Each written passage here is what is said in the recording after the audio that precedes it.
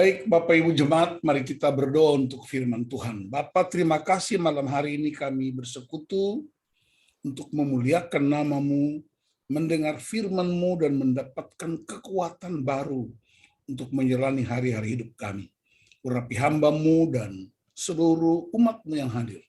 Biarlah hanya Tuhan yang ditinggikan di dalam nama Tuhan Yesus Kristus. Haleluya. Amin. Bapak Ibu Jemaat yang dikasihi Tuhan, kita akan pelajari bersama Mazmur 139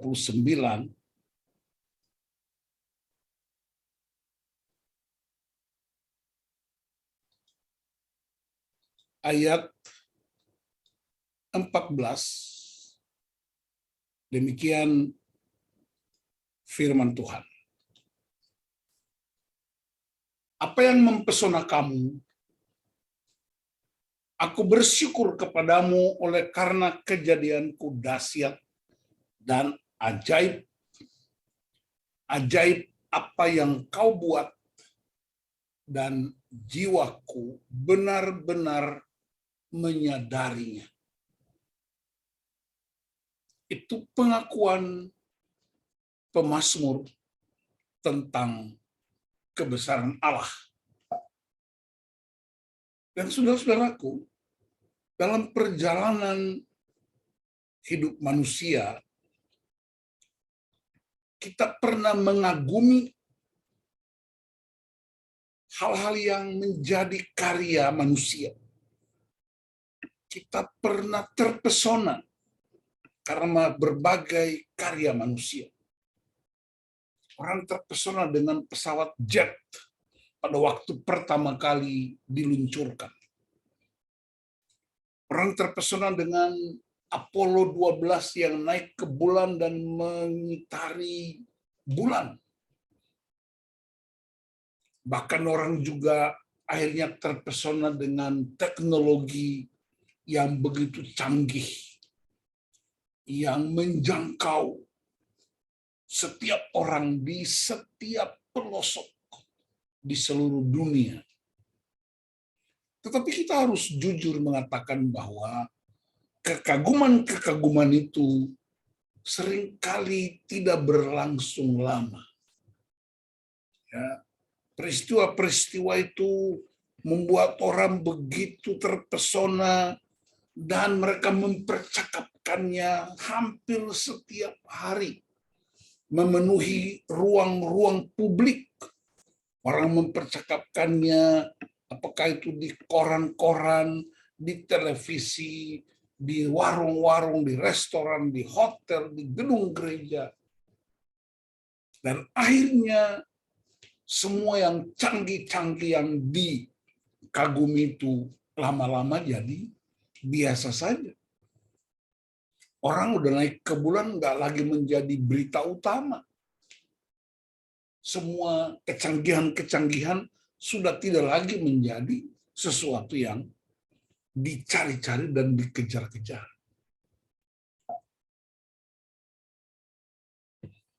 Nah, mari kita perhatikan.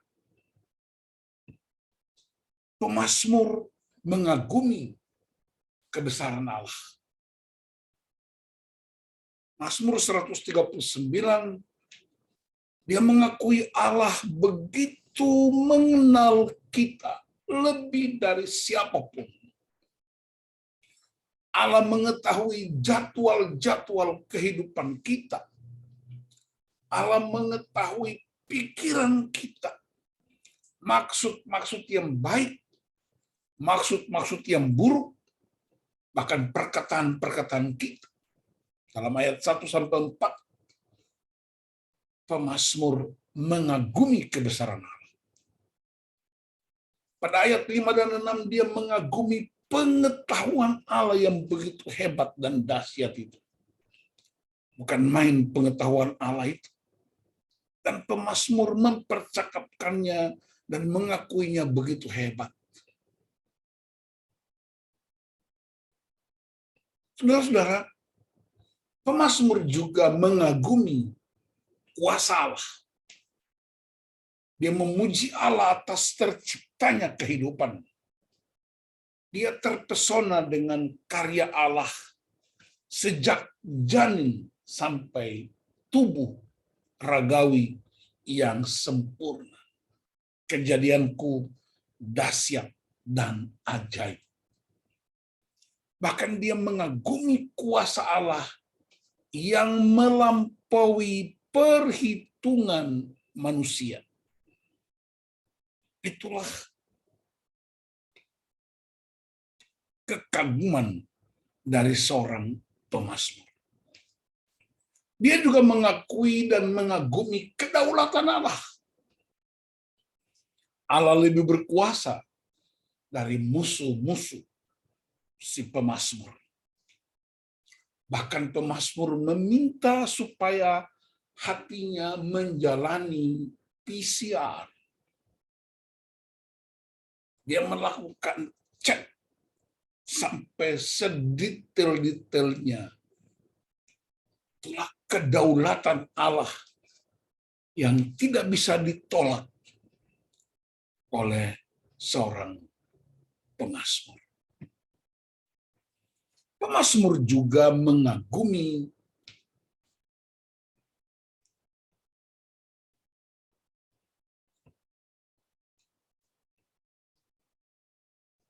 kehebatan Allah dalam berbagai peristiwa. Dipercakapkan sejak Kejadian sampai Wahyu. Pertanyaan mendasar buat kita hari ini, buat anak-anak Tuhan, buat gereja, apakah Allah telah menjadi bahan percakapan yang biasa saja bagi kita? Seperti percakapan-percakapan yang telah menjadi biasa terhadap kemajuan-kemajuan dan kecakapan tangan manusia. Apakah Kristus dan firman-Nya telah menjadi percakapan yang biasa saja? Dan kalau kita menjawab ya, maka sekarang saya beritahu, saudara perlu mengenal kehebatannya. Kehebatannya jauh melampaui pengertian kita. Dan yang dahsyat dan ajaib ialah dia membuat dirinya dikenal. Wow, betapa hebatnya kekaguman terhadap Allah itu.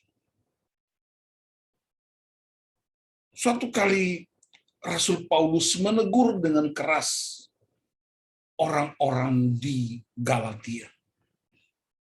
Dia berkata kepada mereka, kenapa kamu begitu bodoh? Bukankah Yesus Kristus yang disalibkan telah dilukiskan dengan terang di depanmu? Siapakah yang mempesona engkau? Siapa yang membuat engkau gemetar dan terkagum-kagum? Dan itulah peristiwa-peristiwa yang kita sedang hadapi sekarang ini, saudara-saudaraku. Karena itu, malam hari ini, marilah kita ambil keputusan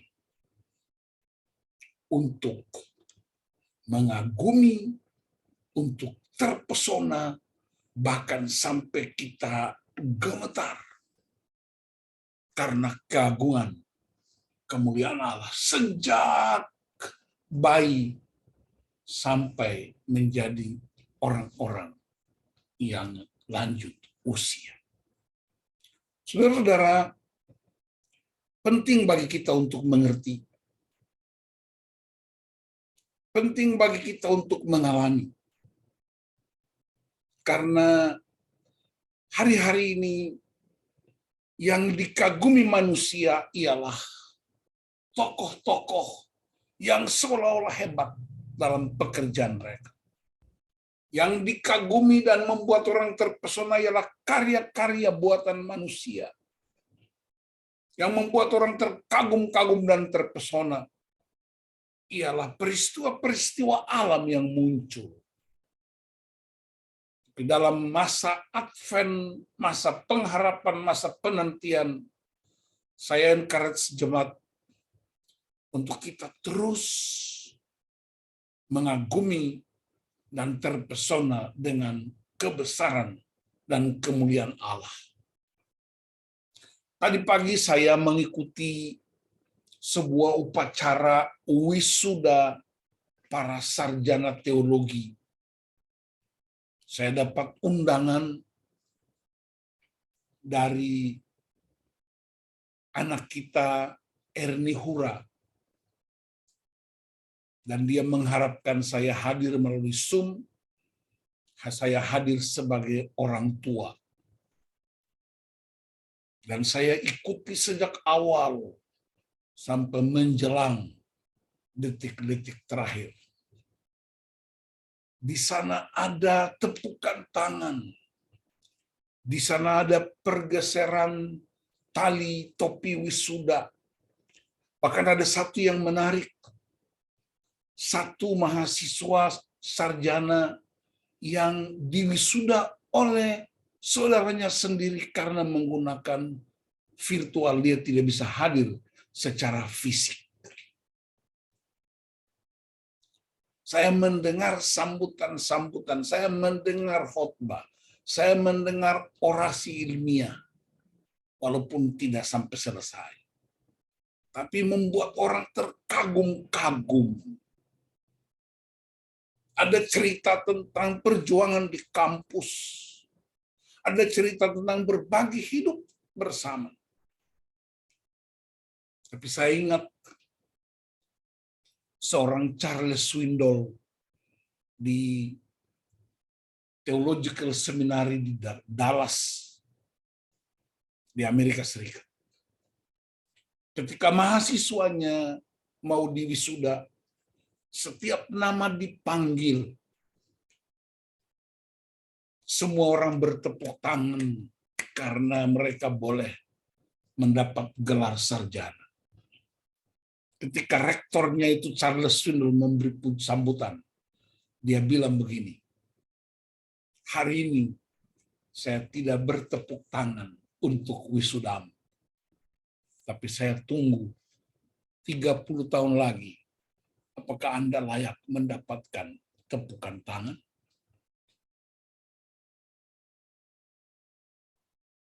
Bukankah kita mengagumi topi wisuda, toga wisuda, dan semua aksesoris akademis? Tetapi setelah itu, ada yang lulus dengan memuaskan, sangat memuaskan, cum laude, terpuji. Tapi apakah predikat-predikat itu akan terus melekat dalam karakter pelayanan kita sampai masuk ke garis finish? Tetapi saudara-saudara, semuanya terbatas. Saya mau mengingatkan kita malam ini, Anda layak bertepuk tangan buat Tuhan Yesus Kristus. Karena keagungan, kebesaran, kedaulatan, dan kekuasaan sudah tercipta dari Kejadian 1 sampai Wahyu 22.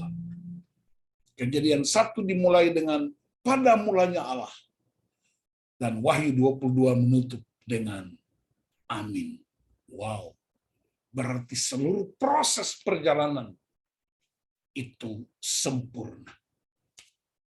Karena itu saudara-saudaraku, mari kita setiap hari mempercakapkan kebesaran keagungan Allah. Bukan lagi sesuatu yang biasa-biasa saja dan cepat kadaluarsa karena akan terjadi pergantian. Teknologi bisa berubah dari 2G, 3G, 4G, 5G, dan mungkin next lagi kita tidak tahu. Teknologi-teknologi canggih bisa berubah-berubah. Tetapi Ibrani 13 ayat 8 berkata, Yesus Kristus tidak berubah. Dulu, sekarang, dan sampai selama-lamanya. Mari jadikan percakapan tentang Kristus, keterpesonaan kita tentang Kristus, tidak menjadi sesuatu yang biasa saja, tapi menjadi sesuatu yang luar biasa. Dan itu yang membuat kita terus bergairah untuk menjalani hidup, menyaksikan karya kemuliaan Allah. Dan banyak orang ikut mengagumi dan terpesona dengan kemuliaan Allah. Tuhan memberkati jemaat, Tuhan memberkati kita. Dalam masa Advent ini, kita tidak lagi menanti Kristus sebagai seorang bayi, tapi kita menantikan kedatangannya yang begitu agung, ajaib, dan mulia. Salah satu yang saya tunggu-tunggu ialah menyaksikan kemuliaan Allah yang datang di awan-awan permai. Tuhan Yesus memberkati.